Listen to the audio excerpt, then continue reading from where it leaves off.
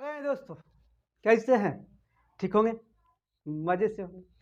पढ़ाई लिखाई आप लोग का मजे चल रहा होगा, मजा मस्त में लो एकदम बिना टेंशन के पढ़िए, तब ना मिलेगा पेंशन। क्या टेंशन लेके पढ़िएगा ना तो पेंशन नहीं मिलने वाला है।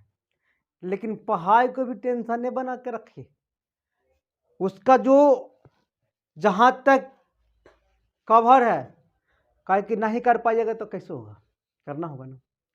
तो करना होगा तो पढ़ना होगा, अब पढ़ना होगा तो एकदम लड़ना भी होगा। इसलिए है ना, तो हम लाए हैं आज का जो टॉपिक है संवैधानिक मैंने पॉलिटी राजनीतिक शास्त्र में जो है इतने सारे अधिनियम पढ़ना है दोस्तों, इसके बारे में हम डिस्कस करेंगे। और हर अधिनियम में हर तरह के कानून व्यवस्था लाया गया था, उसके बारे में हम करेंगे डिस्कस। तो आप लोग भली भांति समझ गए होंगे उसको, ठीक है? तो समझ गए हो तो सबसे पहले अगर आप आए हैं दोस्तों मेरे चैनल पर, आप पहली बार आए हैं तो सबसे पहले लाइक नहीं शेयर कर दीजिए, नहीं सब्सक्राइब कर लीजिए। क्योंकि नेक्स्ट बार आपसे हमको मुलाकात कैसे होगा जब तक के सब्सक्राइब नहीं करते, तो फिर मुलाकात नहीं होगा। सब्सक्राइब कर लीजिएगा, यहाँ से जो भी मेरा क्लास जाएगा आपके पास नोटिफिकेशन चला जाएगा। तो सब्सक्राइब कर लीजिए। उसके बाद अगर पसंद आ जाएगा ना तो क्या करना है, नीचे लाइक है तो लाइक मार दीजिए। उसके बाद एक दूसरे दोस्त को भी शेयर कर दीजिए। देखो सर, एसके सर आ गए है ना, और एसके सर आ गए, हम लोग को कुछ सिखाने आ गए हैं, है ना। तो सिखाने आ गए। देखिए, जब तक नहीं आप सीखिएगा तब कैसे होगा? सीखना तो पड़ेगा ना। का जी, सीखना तो पड़ेगा। तो सीखने के लिए समय देना पड़ेगा, और समय जब तक आप नहीं दीजिएगा तो सीख नहीं पाएगा। लेकिन याद रखिए, जो आदमी समय को पहचान लिया, आने वाला वक्त, आने वाला समय, उसको भी वो समय पहचान लेता है कि तू मेरा बहुत अच्छा से यूटिलाइज किया है, बहुत अच्छा से उपयोग किया है, इसलिए हम भी तुमको अब अच्छे से करेंगे। और जो खराब से किया है ना उपयोग, उसको खराबे कर दिया है समय। इसलिए अभी आप लोग का जो समय है तैयारी करने का, पढ़ने का, जो भी समय है, उसको पूरी तरह से आनंदित पूर्वक आगे बढ़ने का प्रयास करिए बाबू। पूरी तरह से आगे बढ़ने का प्रयास करिए। इसलिए उसमें 100 के 100%, अगर पढ़ने के लिए पिताजी से भी लड़ना पड़े ना तो लड़ जाइएगा, पड़ोसी से लाठी चलाना पड़े तो चला लीजिएगा, लेकिन पढ़ना तो पड़ेगा, है ना। इसी से संसार का नियम है, आपको लड़ना भी पड़ेगा। तो हम बात करते हैं 1784 का जो पिट्स इंडिया एक्ट अधिनियम। इससे पहले एक एक्ट था 1773 का। उस एक्ट में बहुत सारे कमी था दोस्तों, और उस कमी को दूर करने के लिए 1784 पिट्स इंडिया एक्ट लाया गया। जैसे भारत सरकार अगर कोई कमी है, नियम बनाता है, कानून बनाया, तो जब कानून बनाता है भारत सरकार तो याद रखिएगा उसमें बहुत सारे ऐसे चीज़ें जनता के देखते हुए प्रति बनाते, लेकिन फिर भी गलत हो जाता है तो क्या होता है, उसका विद्रोह पूरा छिड़ जाता है, जगह जगह पर विद्रोह करना चालू कर देता ना। तो उसी को देखते हुए 1773 एक्ट में जो कमी था उसको दूर करने के लिए 1784 का पिट्स इंडिया एक्ट लाया। पिट्स इंडिया एक्ट, समझ रहे हैं बात को? पिट्स इंडिया एक्ट में एक कंपनी का नाम है ईस्ट इंडिया कंपनी। कौन कंपनी? देखिए कौन कंपनी था जी? ईस्ट इंडिया कंपनी था। ईस्ट इंडिया कंपनी जो था, है ना, ईस्ट इंडिया कंपनी है। आप लोग बोलिएगा क्या क्या कि ईस्ट इंडिया कंपनी को ब्रिटिश क्षेत्र घोषित कर दिया गया। कौन सा क्षेत्र? ब्रिटिश क्षेत्र के हाथों उसको घोषित कर दिया गया। और पिट्स इंडिया के कार्य को 2 भागों में बांट दिया गया। कौन कौन भागों में बांट दिया गया? एक, देखिए, जब भी कोई राजा आएगा, अधिक जब भी कोई राजा या कोई देश आक्रमण करेगा तो व्यापार करने के लिए करेगा। तब व्यापार करेगा तो राजनीतिक जरूर चलाएगा, उसमें नहीं चलाएगा तो नहीं चलाएगा राजनीतिक, तो उसको चलवे नहीं करेगा। बात समझिएगा, जब व्यापार करेगा तो अपना राजनीतिक नहीं चलाएगा ना, तो उसका व्यापार चलने वाला नहीं है। इस चीज का याद रखिए। तो वही ईस्ट इंडिया एक्ट के तहत पिट्स इंडिया एक्ट जो था, इसके तहत इसको दो भागों में बांट दिया कार्य को। एक व्यापारिक कार्य बांट दिया, एक राजनीतिक कार्य बांट दिया। इधर आज कॉमन लगाइए दिमाग में। अगर हम कोई काम करते हैं तो उसमें कुछ राजनीतिक चलाना पड़ता है, नहीं चलिए, राजनीतिक चलाना पड़ता है दोस्त। तो राजनीतिक चलाइएगा, है ना। तो उसको कहा गया व्यापार वाला को बोर्ड ऑफ डायरेक्टर और राजनीतिक वाला को बोर्ड ऑफ कंट्रोलर। क्या क्या? व्यापारिक कार्य और राजनैतिक कार्य, इसको बोर्ड ऑफ क्या? Board of director, board of director कहा गया।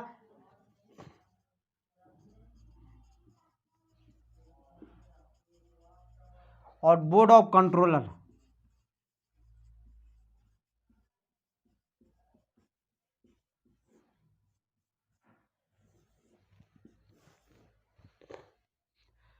कहा कि व्यापार तो ऐसे चलेगा नहीं, इस बात को ध्यान रखिए।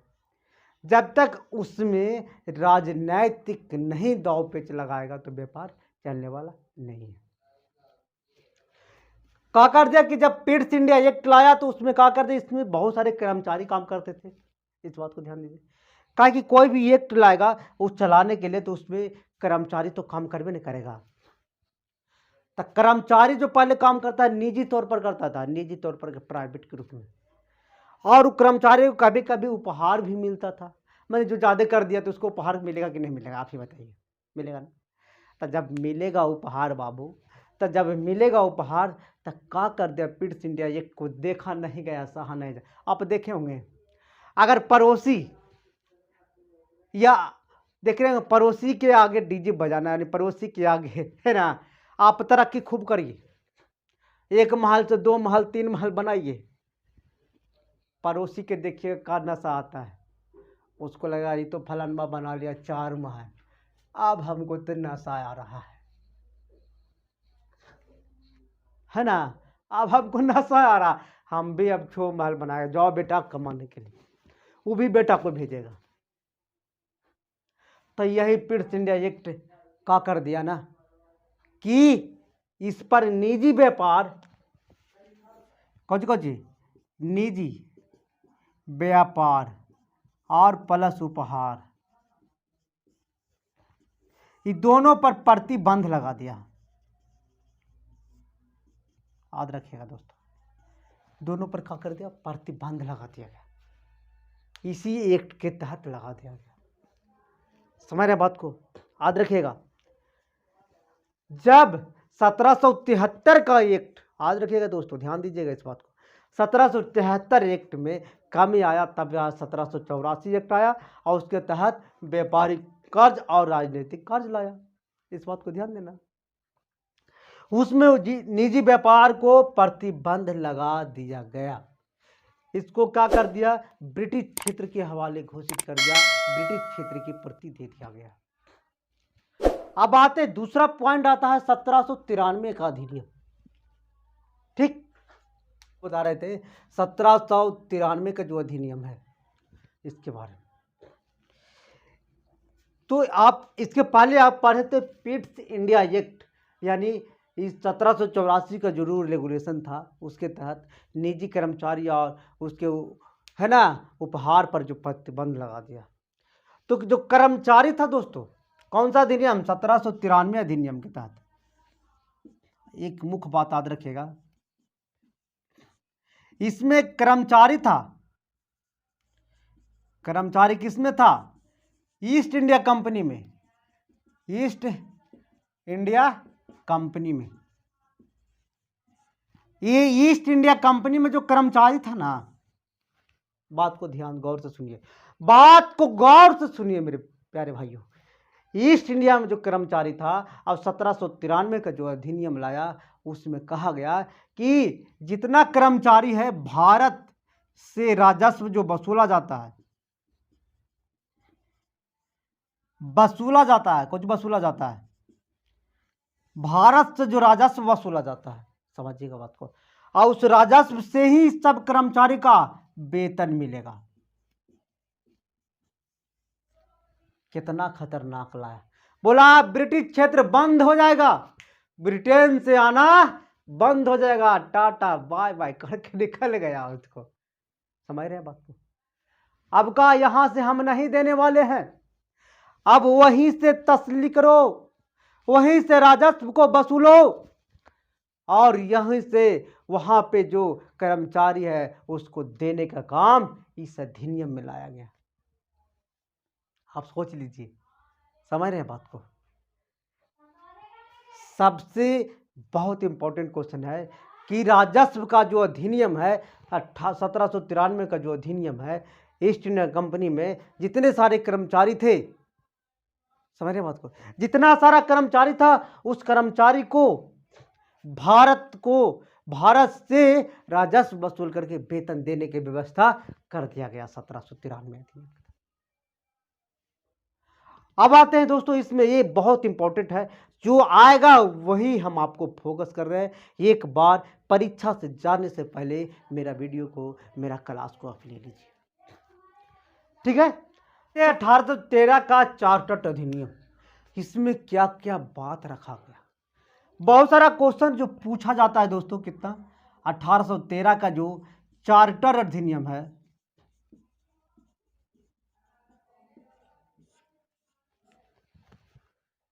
समझिएगा पहले ये इस अधिनियम में क्या किया गया, इस गौर से देखिएगा दोस्तों कि ईस्ट इंडिया कंपनी का जो अधिकार था, कौन सा, ईस्ट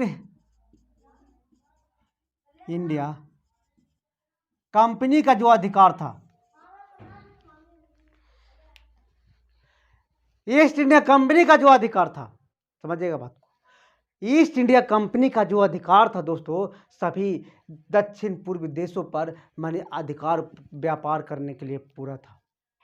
दक्षिण पूर्व देशों पर इसको अधिकार करने के लिए जो कहा गया, लेकिन ये अधिनियम ला करके इसको कहा कि अब उधर उधर नहीं भटकना है, अब तुमको हम लटका देंगे, छोड़ेंगे नहीं। कहां से, ब्रिटेन से एक घोषणा किया गया कि आपको अब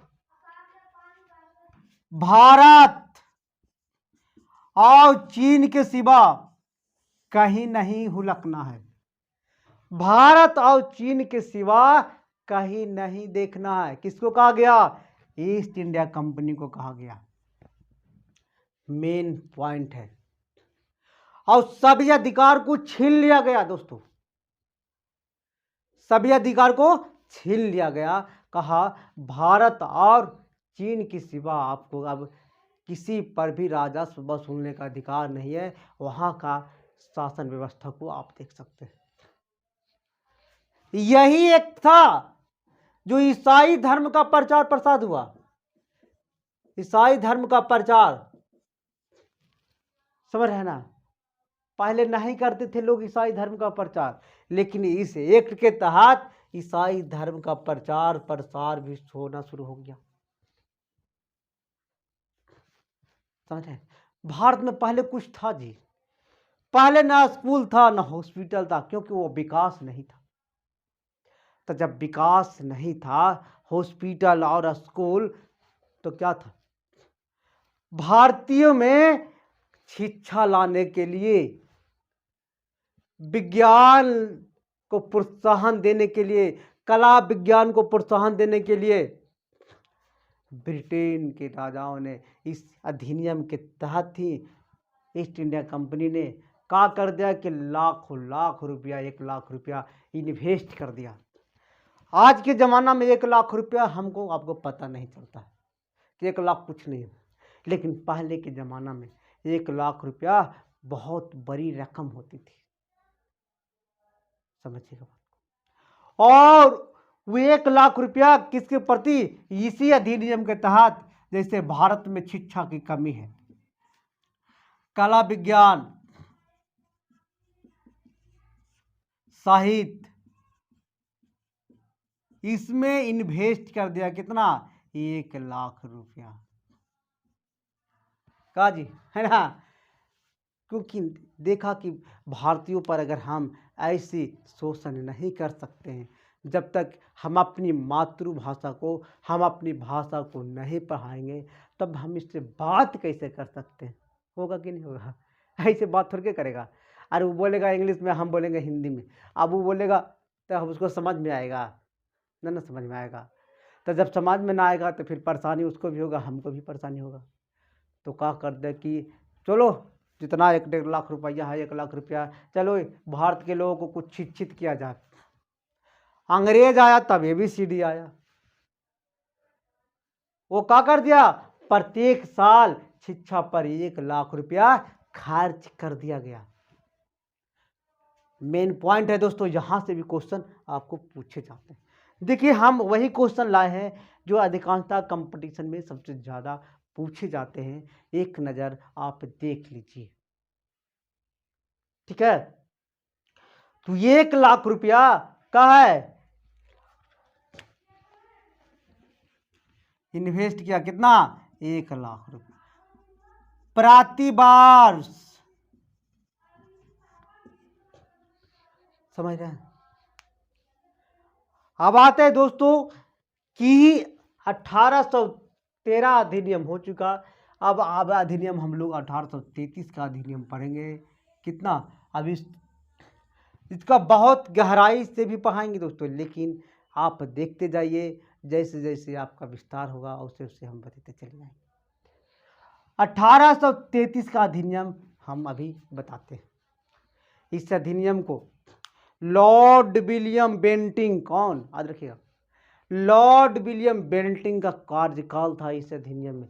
कौन सा अधिनियम, 1833 का जो अधिनियम था, अधिनियम कौन सा अधिनियम, 1833 का अधिनियम, समझ रहे हैं। हम लोग पढ़ेंगे दोस्तों 1833 का अधिनियम। हम लोग 13 का अधिनियम पढ़ चुके, 93 का अधिनियम और 1784 की जो फिक्स इंडिया एक्ट था उसके बारे में हम लोग कुछ जानकारी हो चुका है। लेकिन 1833 का अधिनियम, ए लॉर्ड, समझ रहे हैं, लॉर्ड विलियम बेंटिंग का कार्य इस अधिनियम के था। किसका, लॉर्ड विलियम बेंटिंग।